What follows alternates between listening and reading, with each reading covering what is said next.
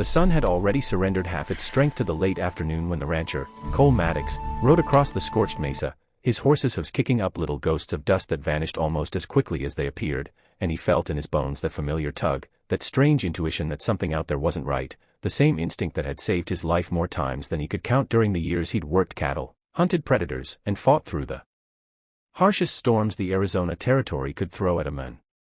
But this felt different. It was quieter, heavier, like a held breath stretched across the land, and Cole found himself tightening the reins as his eyes swept slowly across the horizon. The wind carried nothing but the dry whistle of sagebrush, yet his gut told him someone was out there, someone in trouble. And trouble wasn't something the desert offered lightly. As he approached the ridge overlooking the dry riverbed, he spotted a faint disturbance in the sand, something that didn't belong, drag marks, small and uneven, like someone had clawed their way across the ground. Cole's heart kicked once, and without hesitation he nudged his horse forward, descending the rocky slope until the shape came into view, a woman, collapsed on her side, her clothes torn, her skin sunburned, and her breath shallow enough to worry even a man who'd seen death up close more times than he wanted to remember. Cole swung out of the saddle with urgency, boots hitting the ground as he rushed to her side. Her lips were cracked, her eyes half open but unfocused, and her voice, when she tried to form a word, was barely more than a broken whisper. "Easy," he murmured, kneeling beside her, "you're safe now. I got you." But as he reached for his canteen, he froze. There was something wrong, something he couldn't quite see yet, but could sense. Her right boot was swollen around the ankle, the leather stretched awkwardly. He'd seen that before. Seen it with men who hadn't made it. Rattlesnake. If she'd been bitten out here in the open desert and left without help, she was already fighting time with weaker weapons than she needed. Cole took a slow breath, trying to keep himself steady. There was only one way to know, and he needed to be sure. "Miss," he said gently, placing a hand on her shoulder so she'd focus on his voice. "Listen to me. I need you to stay awake. You hear me?" Her eyelids fluttered, a fragile battle between consciousness and darkness. Water," she croaked. "You can have water, I promise." But first, Cole hesitated only a second before he said the words that suddenly mattered more than anything else. "Show me your feet." The woman tried to pull back, instinctively guarding herself despite her weakness, her hand brushing against the torn hem of her dress. Fear flickered in her eyes, a fear deeper than the desert, deeper than the pain she was in. Cole lifted both hands, palms up. "I'm not gonna hurt you. I swear it on my life. But I think you've been bitten. If I'm right, and I do nothing, you won't make it." Her breath hitched, and slowly, shakily, she nodded. Cole moved carefully, unbuckling the first boot and sliding it gently off. The foot underneath was pale, dusty, but unharmed. Relief flickered in him, only to vanish when he turned to the other boot. This one was different. Swollen around the ankle. A faint smear of dried blood near the heel. "I'm sorry," he murmured, knowing this would hurt. "Just hold on." He loosened the boot, wiggled it free inch by inch, and then pulled it off. Cole's stomach tightened.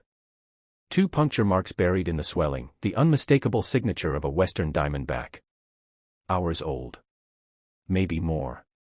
Her chances were thin, but not zero. Not if he acted fast. He lifted her gently, feeling how limp she'd become. "What's your name?" he asked, trying to keep her awake as he carried her toward his horse. Anna," she whispered. "All right, Anna, listen to me," Cole said firmly, adjusting her as he mounted with her cradled in one arm. "I'm gonna get you to my ranch. It's miles from here, but we're gonna move fast. You don't quit on me. Not now." She leaned weakly against his chest, her breath hot and fading against his shirt. Cole kicked his horse into motion, racing across the desert faster than he'd ever dared ride before. The wind tore past them, stinging his eyes, but he didn't slow, not when her head dipped, not when her breathing thinned, not when her body slumped heavier against him. He talked to her the whole way, anything to keep her tethered to the world. "Tell me where you came from, Anna. Tell me who did this. Tell me why you were walking out here alone." But Anna's voice dissolved into silence, leaving only the thunder of hooves beating against sand and stone. By the time the ranch came into view, Cole's jaw was clenched from fear he refused to acknowledge.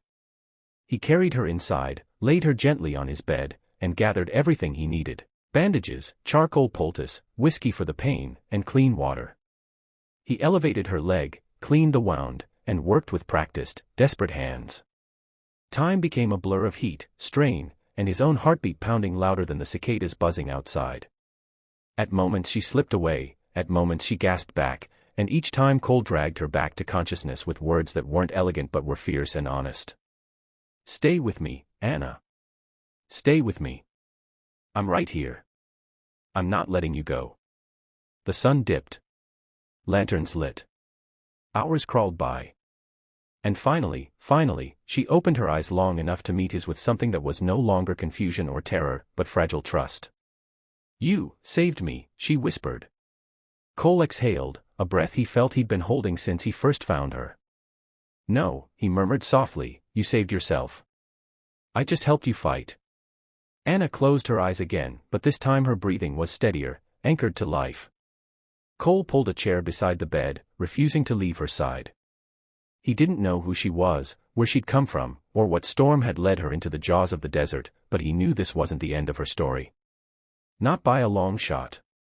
And as he sat there in the quiet glow of the lantern, guarding her through the night, he felt something he hadn't felt in a long while, purpose, sharp and undeniable, settling into the spaces the world had carved hollow.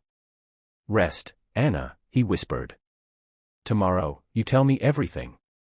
And for the viewers listening to this story, for every soul who loves tales of courage, survival, and grit carved into the bones of the West, if you want to see what happens next, if you want this journey to continue, if you want to stand with these characters as the truth unfolds and the danger rises, then make sure you hit that. Night settled over the Maddox ranch with a silence so thick it felt like the desert itself was holding its breath, and Cole sat beside Anna's bed, watching the steady rise and fall of her chest as though that motion alone kept the world balanced. She'd slept for hours, drifting in and out, mumbling fragments of memories he couldn't piece together, but at least her fever had begun to break. Just before dawn, she stirred, her eyes fluttering open with a groan of disoriented pain.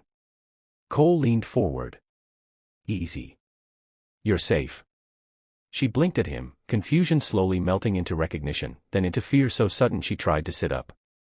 Cole pressed a steady hand to her shoulder. "Slow down. You're still weak." But Anna shook her head, breath trembling. "They'll find me. I can't stay here." That single sentence tightened something in Cole's chest. "Who's coming?" he asked, his voice low and controlled. She swallowed hard. "Men, from the camp. I wasn't supposed to leave. They keep people there. Force them to work. Anyone who tries to run," her voice broke. Cole felt anger coil in him like a rattler ready to strike. "You're safe here," he said again, but this time with a promise behind it. "No one's taking you back." Anna looked at him for a long moment, searching his face as if trying to believe him, and finally tears welled in her eyes, silent, exhausted tears from someone who'd survived far too much. Cole stood, grabbed his rifle from the wall, and checked the chamber. "You rest. I'll make sure this place is locked down."